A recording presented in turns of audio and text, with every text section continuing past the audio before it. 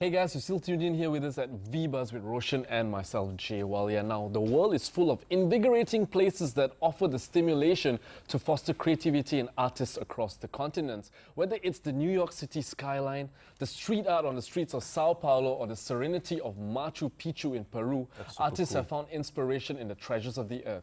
Ruby Subramaniam is one of these artists, and she is in the studio with us today to tell us all about how she's galvanized by getting lost in the world. Welcome to VBuzz, Ruby. Thank you for having me. No, you have a fantastic smile, by the way. It just brights up this entire studio. Thank you. So, got to start off. Growing up, were you a kid that was always like, taking things out from the kitchen or your painting, just like coloring the entire house? Yeah. Were you one of those? Yeah. So my grandmother's house always had drawings with crayons on the wall. They tried to stop me, they couldn't. So at the end of the day, I just got a wall like, okay, just paint in the bedroom, not in the living room and stuff like that. So yeah. Wow, but you grew up in a very artistic family? My father was a writer. My mom was a teacher, but she always loved art as well. But no one actually did this professionally. Most of my family members come from a very educational background. So they are all like actuarial scientists, biologists and stuff like that. So I'm the first one who kind of detoured from the whole. My brother's a doctor, and I'm in this line of work. Not as talented as you, but you mentioned your father. Was he like a really big inspiration when it came to exploring your mind and opening your mind to different things? Well, yeah, because he wasn't the typical kind of, fathers were told to be this way, but my dad traveled a lot. So conversations that I have with my dad is, hey, I'm in Malaga, I'm in Spain. He was like, oh yeah, I was there like 30 years ago. So here I am thinking that I did something new, and then he's just way ahead of him, way ahead of me. And I try to catch up with him sometimes in the kind of travels that he has done. So he writes about Hinduism and how that's involved in science. So he's definitely been an inspiration as well. Brilliant. And would you say that, because, like you mentioned, you would say Malaga, Spain, and then, your dad's something like, oh, been there, done that, that kind of thing. So your decision to actually go into art and travel around the world was something that your family relatively accepted at the end of the day? Actually, no.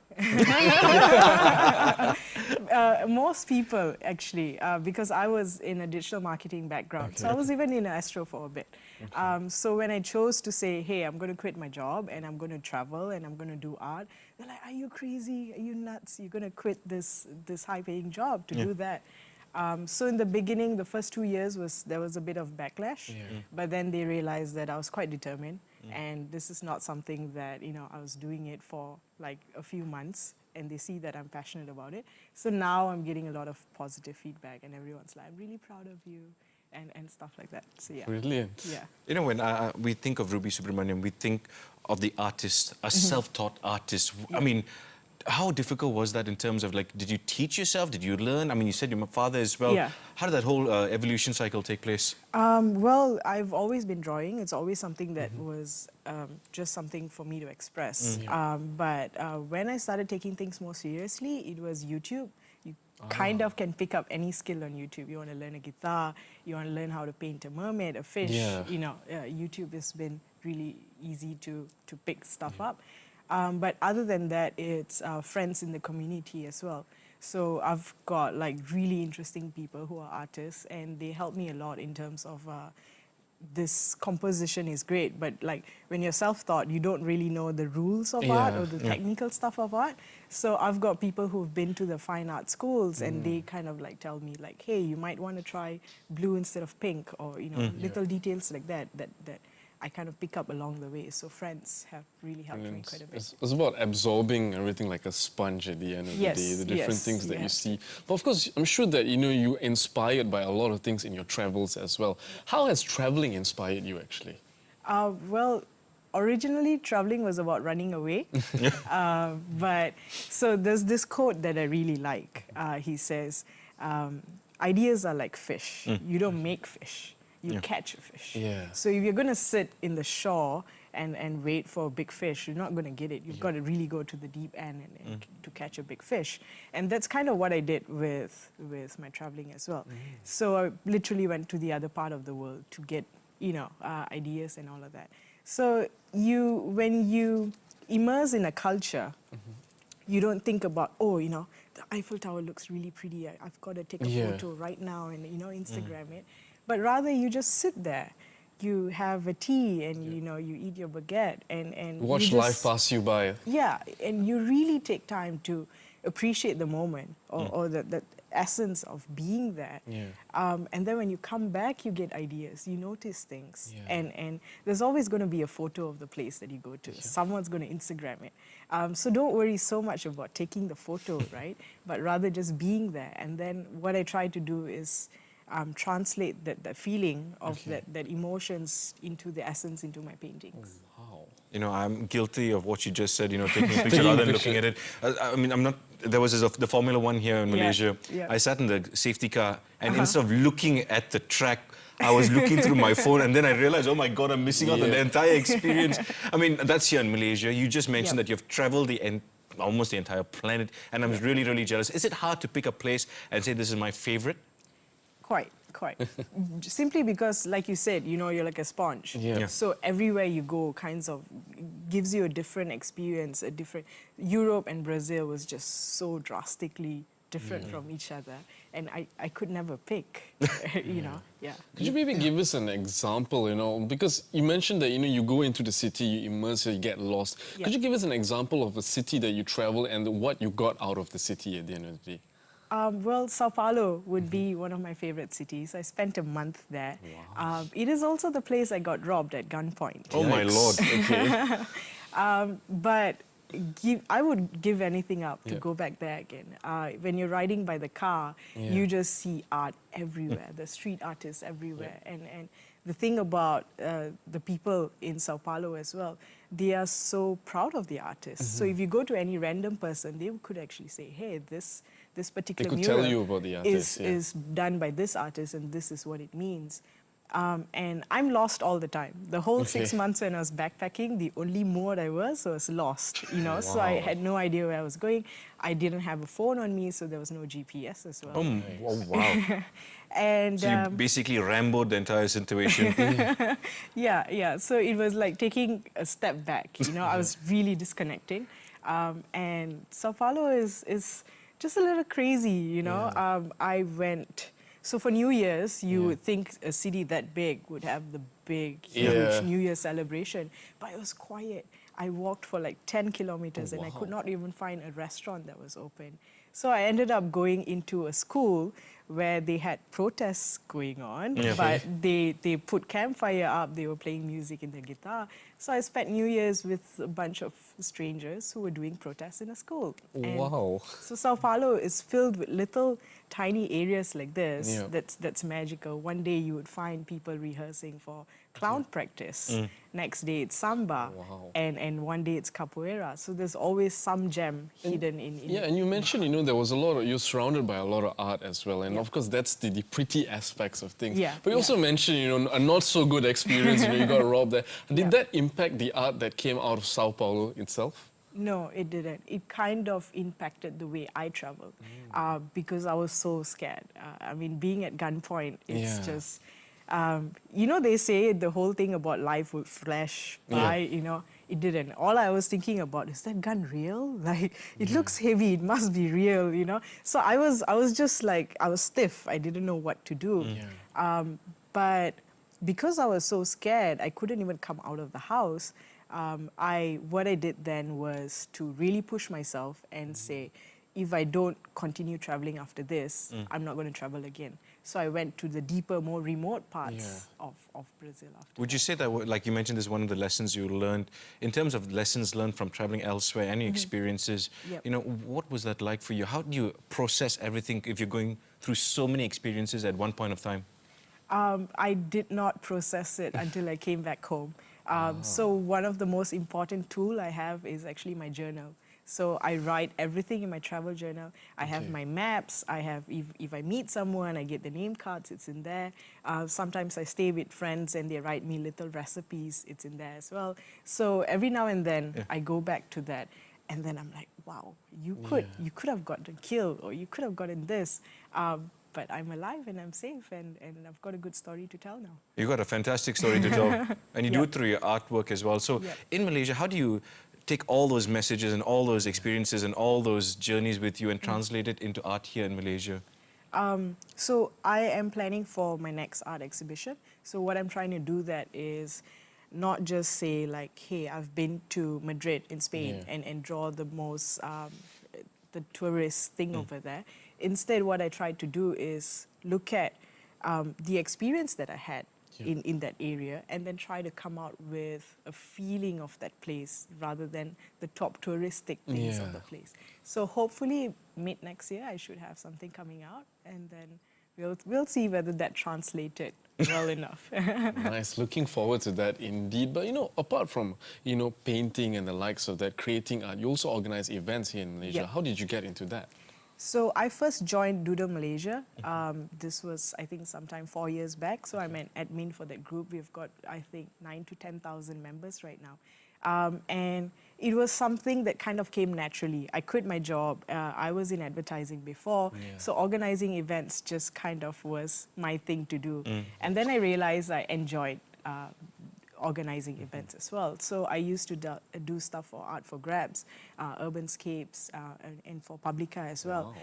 And I realized there was a demand for it in the corporate industry where people liked where brands could interact with the public. That's how I got into it. And then I organized Art Better Malaysia. Yeah. Could you tell us about that part? So I first joined as an artist in Brazil. And it was a defining moment of me calling myself an artist. It was great. They give you 20 minutes, and you've got to paint in 20 minutes. So it's like rap battle or dance-off battle kind of thing. Your topic, the art? The theme is open. You can paint about anything. So it was like, wow, 20 minutes just went really quickly. Clock is running and you just... And you don't feel it. Like, I remember putting my first brush stroke on the canvas and the next thing I know is like 20 minutes up. So that was the first time I felt like my hands took over. Like, you didn't have time to think. So I had so much of fun as an artist in Brazil. So I came back and I was like, I've got to do this in KL. People in KL would love it. And people were like, Brazilians are happening, in Malaysians, it probably would not work. And I was like, I took it as a challenge. So within 6 months, zero budget, and by myself, I managed to pull off the event in Publica in October. So that was great. Feedback was amazing. A lot of people loved it. People came with their family and their kids, and the kids loved it too. So it was this whole social event where we had 12 artists, Malaysian artists, and it was a really great atmosphere. So it was cool. You mentioned the fact that people told you, oh, that's Brazil, it might not work here in Malaysia. Do you think that's down to a lack of education and knowledge and maybe exposure of the amount of talented people here in Malaysia, and that's the biggest maybe challenge to overcome? Yeah, well, we've got to do baby steps as well. Everyone's going to be skeptical when they don't know. Or people are always scared of stuff that they don't know. So that's the same thing with traveling as well. Until you go there and then you realize. So when I come back, someone actually even asked me, why did you come back? Like you could have, just stayed overseas and do what you do. But that's the thing. I love Malaysia so much. And you've got to start small. You've got to give people something. And then now that people have seen how this show could work here, everyone's like, hey, when's the next show? So I can't influence like 1,000 people, but maybe 200-300 people at a time in every show, and then they would go and speak about it, and then the kind of the circle just keeps growing. Keeps growing, it just sort of snowballs that way as well. What do you think the local art scene needs right now in this present moment? Art Better Malaysia. Massive plug there. Well, what I'm trying to do with Art Better is also how, because the local art scene has not really used digital, the digital platform. I mean, we all know how they're using Facebook and Instagram, but an event that really plugs in the digital capacity. And that's my background in advertising as well. So what I really want to do is really fuse these things together. An art event that's fully capable online. So you vote for the artist online, you bid for it online, and that's something exciting. I don't know of any other art event that's currently doing. And yeah. Would you say it's trying to make it mainstream, because arts, it's more of a subculture at times. You've got your big galleries, but it's more of a subculture. Is that trying to make it mainstream? That's your biggest goal and challenge as well? I wouldn't say mainstream. Getting it out there. Getting it out there. Definitely a bit more accessible to public. Because the thing with galleries is it can be intimidating. Stark white walls, and for you to walk in there, it's like, it's so expensive. You know, I can't afford any of those things. So people shy away from even entering. Where else with this event, it's for everyone, you know, whether you know art or you don't know art, you can come and join, and you can kind of participate in it. So it is a bit more for people who think they don't know anything about art and art is intimidating. This is a bit friendlier approach to looking at art. And of course, for some people, you know, looking at art, you know, it's beautiful, but at times, you know, it's hard to understand as well. How does one actually go about learning to appreciate art itself? Well, this is kind of how I self-taught myself. I was in Paris, and I had a chance to go and look at Mona Lisa. And you've heard of Mona Lisa, and you expect this goosebump thing when you look at it, right? But I was there. I was actually disappointed because it was so small. Like, you know, it's tiny, and my family actually said the same thing as well. And you are like, this has got so much of fame. You know, you really can't understand it. But if you spend a little bit of time observing it, what happened was I kept looking at her, and I was like, oh, not bad, you know. And then I walked around the room, and then I realized she was looking at me, no matter which part of the room I was. And then, you know, at first I smirked, and I was like, now I get it, why Mona Lisa is famous. And then the smile kind of changed. And then I realized that the Mona Lisa is about whatever you feel. It's kind of translated. She's almost like a mirror. And that's why the artwork is great. And these are the kind of things that, you know, book reviews and stuff like that might teach you. But going into galleries and actually just standing there in front of the painting, and, you know, sometimes it might sound silly, but ask the painting some questions or talk to the painting, and you never know, like, you might get some response. It's about exploring and finding out yourself, who you are at the end. We are speaking about, and it's 2016, it's December, just a couple more weeks, New Year 2017. What's lined up for Ruby Subramaniam? Well, I've got Art Battle Malaysia, and I'm looking forward to taking it on a roadshow next year. We are also talking to a festival, the Art Festival of Maldives, so might go international. We'll see how that goes. I'm working on my exhibition as well, so that's coming out sometime mid next year. I'm also starting a podcast with The Scene, which is launching next week. It's an online art magazine. And we're going to talk about the creative process and kind of taking, how do you take an idea right down to execution and just talk about the entire flow. Wow, that's very cool. Very, very nice. Very, very cool indeed. Thank you so much for your time today, Ruby. And good luck on your next venture and your next trip as well. Thank you. Stay safe. You know, it's next time I go and look at art, I'm actually going to try to walk around the room and see how it changes. I'm guilty of that. I mean, I've seen a painting where it's just basically white and one red line. I'm going like, next Cyclops? time, walk around, study. Indeed, but you know, we have a whole lot more interesting stuff to talk about on VBuzz next week as well, because the holiday season is upon us and we get some tips for eating sensibly during this year's festivities with dietitian Indra Balaratnam. I have to watch that show. We also chat with professional Muay Thai fighter Jermaine Yap about how she stumbled upon her career in Zaring. And still keeping on the martial arts theme as well, we round up and recap our feature on the swordsmanship martial art form of Kendo on V Arena. Karate chop. Kendo's with swords. That's not karate chop. VBuzz@astro.com.my is our email address. Do send us some feedback. If you would like to be a part of the show as well, email us. And of course, be sure to follow us on Instagram at VBuzz_HD. Roshan's going to try his karate chops on me. I'm sure, you know, hopefully you guys had a good time on today's episode. From me, Walia. I'm Roshan. Happy weekend, by the way. Bye-bye.